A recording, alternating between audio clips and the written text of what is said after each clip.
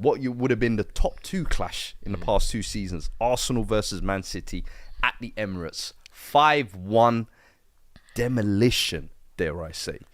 An absolute bombardment. Bro, talk to me about this game, because there's so many places we can start, whether it be Miles Lewis-Skelly, Ethan Nwaneri, the press that Arsenal had, City's mistakes. Like, we have to start on Arsenal, of course. 5 goals at home and coming into this game as well, it was a case of Liverpool won yesterday. Had they lost this, you could pretty much kiss the title goodbye from here on in. City looking like they're getting a bit of recovery the past month. Had a little blip against PSG, but are they really back? Was what the question was going to be today. Was this what you expected? Seeing how the game has gone, 5-1 in the end. Absolute schooling, dare I say. But would you have even predicted this before the game kicked off? A lot of people are going to say, the first half, it might have been kind of close or whatever. For me, I think Arsenal controlled that. Whether Arsenal had the ball or not, I think Arsenal were relatively comfortable in that first half, bro. Yes, they had Vavria made a big save from the Vardio's header, I think it was. And I don't know if people are trying to claim that Savinho's shot was a wonder save or whatever. I don't think it is. I think he should have been saving that. Other than that, I think Arsenal controlled the game off the ball. Let City have the ball. They haven't got the penetration that they used to have. Let them have the ball. Let's see what they're going to do. Arsenal were fairly comfortable for me. Second half, okay, Haaland gets his goal. Saliba, I think he was sleeping. We'll talk about individual and stuff. But Saliba, he was sleeping a little bit. Haaland pipped in front of him, got the goal. But then Arsenal didn't put their heads down. Arsenal immediately, Phil Foden said, hey, who wants to score today? You, Thomas Partey? Go on, have a goal. Have a goal, mate. Do you know what I mean? So we're going to talk about him, but instant reaction. And then from there, it honestly, it looks like... It's funny because... snowball effect, bro. I said, Arsenal v City, often you used to say, this is men v boys. We used to say that for City versus Arsenal. We say City are like men, Arsenal are like boys. I think this is the first time in any win that Arsenal have had. I don't even know how many they've had under Arteta against Pep. But in any win that they've had, this is the first time I'm looking at it and I'm like, nah. Arsenal were the men on the pitch, bro. I won't say City were the boys. They're the unks. They're the OGs. They're the grandpas. You know what I mean? They're the grandpas. This is the unction, exactly. Arsenal physically far superior. Arsenal were pressing them. Arsenal were running them over. Midfield. It was too easy. Bro, honestly, I was looking around and I was like, looking at Phil Foden, for example. I was like, you're too small to be out there, bro. I wrote on the before, you're too small to be out there. He looked too small. Bro, MLS was bulldozing him, bro. 18. Rice. We'll talk about them. Rice. These guys will just... bro, and Timber is not even a very tall guy, but he's got it about him. Saliba, Gabriel. What I say about Arsenal, that's what big, strong. The energy that Arsenal played with from minute 1 to 90. I don't know if new needles have dropped or something, but they were today, juiced I up. think Arteta got it tactically spot on as well. In terms of it felt like their press, there was like a setup to almost be like, these guys are washed. This is not like last year or the year before where they've got the physicality to run at us and maintain that little zippy passing that they used to do around us. Get at them at every opportunity. Rice, Odegaard, Partey, that midfield three. And I've always said, listen, if you can out-muscle City in the midfield, you stand like a 75% chance. This game almost felt like Arsenal wanted to rip up that old script and start writing almost like a new chapter. To be like, the washed unks, this is how the story's going to go now, and fair play to him. Let's talk about some of the individuals, though. And I want to start on... Wait, do you feel like Arsenal... Do you reckon Arsenal had that energy today? Do you think Arsenal walked into this game with that kind of hunger in their belly from the stay humbles, from all of that? Do you think Arsenal used that as motivation? Do you think City walked into this game thinking, we're going to play football, you're going to play football, and Arsenal walked into it like, no, this is a grudge match for us, bro. 100%. I think the last game definitely made it personal. I think Haaland made it a bigger thing than maybe what it should have been. But I think that left a taste in Arsenal players' mouth where it's like, you know what? I'm sure Arteta would have been, during some of the team talks, rolling back those tapes and saying, hey, remember when he got in your face, Jesus? you've got to use these things as motivation. Yeah. And then you've got to see the reaction from it. And credit to Arsenal, this is where you actually see the reaction. And in a game like this, I'll be real with you, I thought City would at least put up a better fight. I thought the past month or so, you're showing some life, you're getting some new signings in. This is an opportunity to really, once again, remind Arsenal, like, we're bigger than you, and we're going to put the nail in your title hopes. And instead, it's like, hold on. The other side have said, there's still something left for us in this race. So that's the one thing I took from it today, where I was like, you know what? One, Arsenal, I'm not completely writing them off, and I actually think they want to be in the position of chasing Liverpool rather than the past couple of years where maybe they've led from the front. This is actually maybe a more favourable position where there's not as much expectations, but you know what? Let us keep churning the results. Let us keep working away, and I think a result like this puts battery in your pack for the second half of the season. Speaking on some individuals, though, we can't ignore Miles Lewis-Skelly. And we'll get on Ethan in a little bit as well. But Lewis-Skelly, man of the match performance against North London Derby a couple of weeks ago. Man of the match performance today again. Decker's got it in the end. Decker's got it in the end, but in my eyes, I'm giving it to him.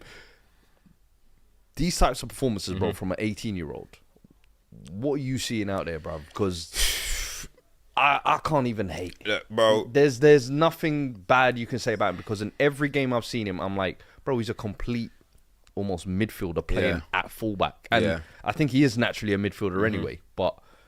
scary, that performance today, bro. That was a grown man performance. That was not a teenager. Yeah, that's the thing, right? So, like with Miles, everybody. The thing is, if you know anything about youth football, or you pay attention to youth football, you will know that Miles Lewis-Skelly was always talked about as the best young talent in his position in the country for his age group.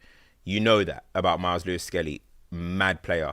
So everybody knew the potential that he had. So I was like, do you know what? I remember last year, or was it 2 years ago now? 2 years ago now. I was like, I need to go and see this up close and personal. I went to 4 Arsenal FA Youth Cup games. I watched it and I was like, you know what? He actually looked more ready in the games that I watched than Ethan Nwaneri. You know, Nwaneri, you could see is just he's a mercurial talent. But Miles Lewis-Skelly always could ride challenges. But sometimes you thought to yourself, he likes the physical contact too much. Maybe he'll have to rub that out once he becomes a senior pro. But you know what he said instead? No, I'm just going to bulk up. But I'm going to keep my athletics. Bro, this guy's 18, bulldozing men. Bro, when I saw he's 18. You come next to me, he's bullying you. Like, bro, that's what Wayne Rooney used to do. Facts. You come close to me, I will bulldoze you over, bro. And the thing is, he's comfortable in all phases, bro. He can pick up the ball off the left-hand side, right-hand side, in the middle. He's press resistant, bro. He can dribble past 2, 3, drive up the pitch. He's got that turn of pace. And this is all from the left back inverting position. I'm telling you now, this guy is a midfielder, bro. And it's only a matter of time until he's knocking on them doors like, yo, I want to play in midfield. Not just for Arsenal, but also for England, bro. He is that level of talent. Could he with, as you're saying, the physicality that he has, the technical ability that he has, could he not just make the left back position his own? I think you're cutting it short. If you look at, for example, like an Ashley Cole. Ashley Cole came out of the academy Arsenal left winger and was good, but eventually that left went on to become the country's greatest left back. Lewis-Skelly, bro, he can mold that. You know when you're talking about England, because you look at England's left back position, it's been a problem and a weakness. He can make that his own. Arsenal, no problem. I'll make that my own. And you know he's almost got free license to, as you're saying, pick up the ball in the middle. It's almost like an extra midfielder. Everything they wanted Zinchenko to almost be. He is giving it in full effect. But the thing is, like, the game is a bit different though. Like, I feel like with the left back, football can change quickly. Just 3 years ago, we were saying attacking fullbacks. Then all of a sudden, man, we're playing centre backs at fullback. Now, I mean, obviously, then now people invert. It can change too much. Centre midfield, I feel like that's your natural position. Eventually, he'll go there. But we're trying to praise him for what he's doing from left back. That's perfectly fine. But you know, you just mentioned Ashley Cole. But when we talk about the greatest England players, you talk about Rooney first. You talk about Gerrard. You talk about, then you get to Ashley Cole, bro. Nah, you want to put yourself in them conversations. Them fearless youngsters. Yeah, he's going to want to be in centre midfield. But right now, he's bedding himself into first team football. But the thing about him is he's beyond ready for first team football.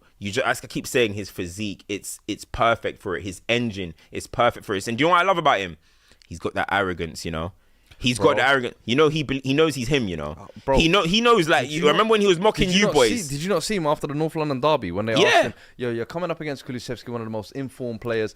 And as you were saying, physical performance. And Kulusevski's strong, bro. Yeah. He gave him a matchup. Yeah. And then after the game, he was like, were you scared? Like, scared of what? I said, Fairs. I don't know whether you're doing this for the TikTok or I don't know whether you really believe this. Yeah. Nah, after a couple more games, I'm convinced. I'm convinced. You got to have that arrogance about you when you pick up the ball in them type of positions. Do you know why? Because you believe in yourself. If you were to go and speak to Busquets and Xavi and these, they give off these humble gimmicks. Go and speak to them properly, privately. They'll know I'm him, bro. You don't want they to rate tackle themselves above any other player. Of course, but you need to have that if you're gonna be picked. It's the people that are maybe low self-esteem and stuff. They're not confident to get the balls in them type of tight areas or them type of position. Yeah. He's got this arrogance about him. He believes it. Look what he did today. Haaland said, "Who the fuck are you?" When he was squaring up to him. Yeah. This week. Scores done his celebration. That's what you like. That's what I like to see in football. That's what I like to see. That might be one of the illest ones. No, that's what you like to see, man. Especially, I just seen a picture as well, just before we come. All the man them are looking down at him like you know, young Simba. I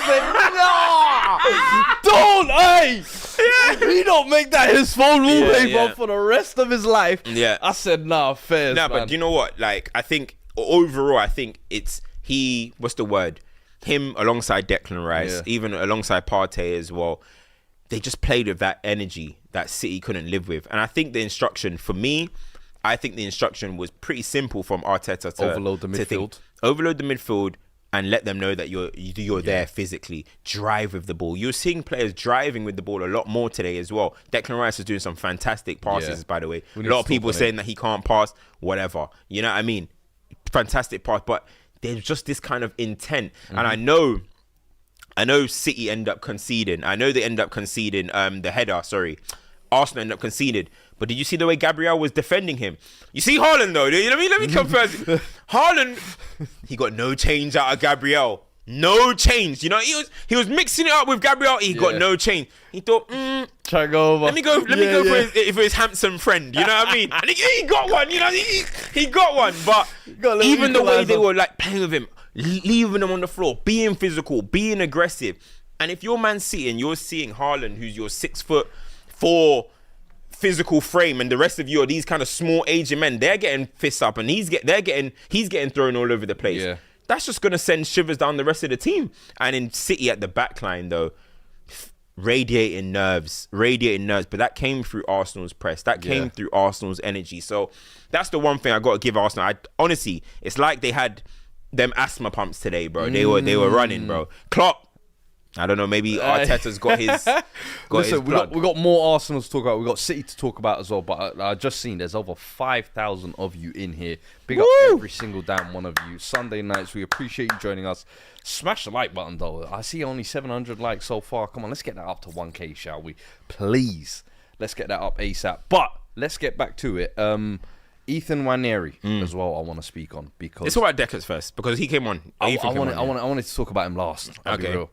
Nwaneri, that last goal, talk to me, because you have been almost like leader of the bandwagon. It almost seems like, as a non-Arsenal fan, it's hilarious as well.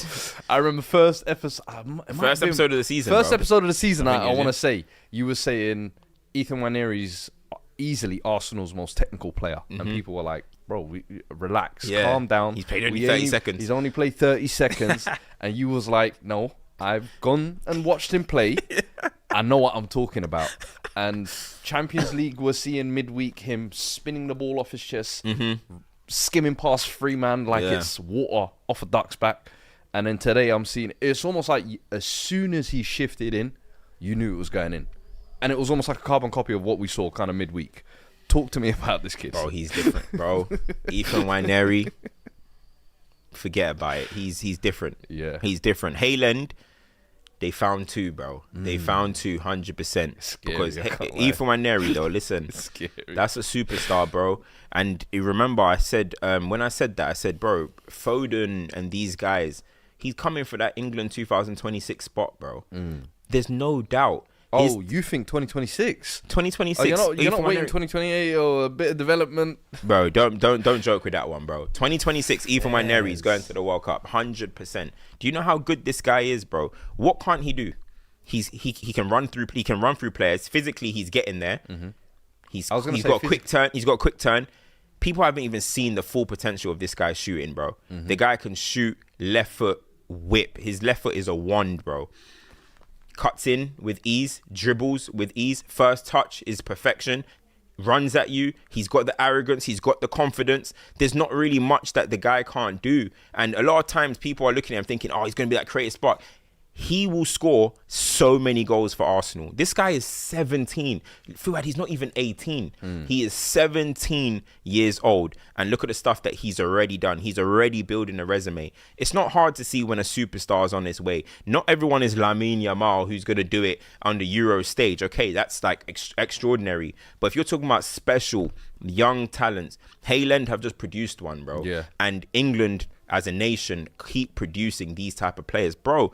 By this time, you know, we're talking about Palmer and Foden and Morgan Gibbs-White and Morgan Rogers, so many ballers. Yeah. Throw Ethan Nwaneri in there because he's coming, bro. He can play a couple of positions now, and he's shown he can do it out wide as well. Yeah. And you touched on there as well. He's another reason why, I'll be real with you, even when you were saying like Lewis-Skelly to midfield, I'm thinking, bro, there's still guys coming through that are going to be packing up that midfield. That's why Lewis-Skelly could even make that left-back position his own. And then you've almost got like a diagonal of Skelly, Nwaneri, Saka there. That's beautiful for them. And I think almost 3 left footers as well. That's class. Crazy. Yeah, it's class. Is he almost in like both of them, shall I say, in the perfect environment? Because obviously they've seen Saka come through that, and Saka came through as well when it was trenches, and he got thrown in deep end, and he had to play a lot of minutes. And they've actually been almost bedded in. Lewis-Skelly, we pretty much didn't see him first half of the season. Then came in. Now he's taken to it like a duck to water. Nwaneri, it was like, yo, we're going to give you minutes sparing here and there. Now it's like, hey, he's arrived. And now they're probably going to get like a good running. Are they in like the perfect situation under Arteta as well? Perfect, bro. That's exactly what you want, because now they're walking into a happier environment. I get it. More times when you want young players to play, they often get called up on when there's injuries. That's what happens. That's how Marcus Rashford broke through. That's how a lot of people break through. There's an injury, the young player plays, all of a sudden now he's staying in the team. But they're coming into a team which is pretty much a bit more set.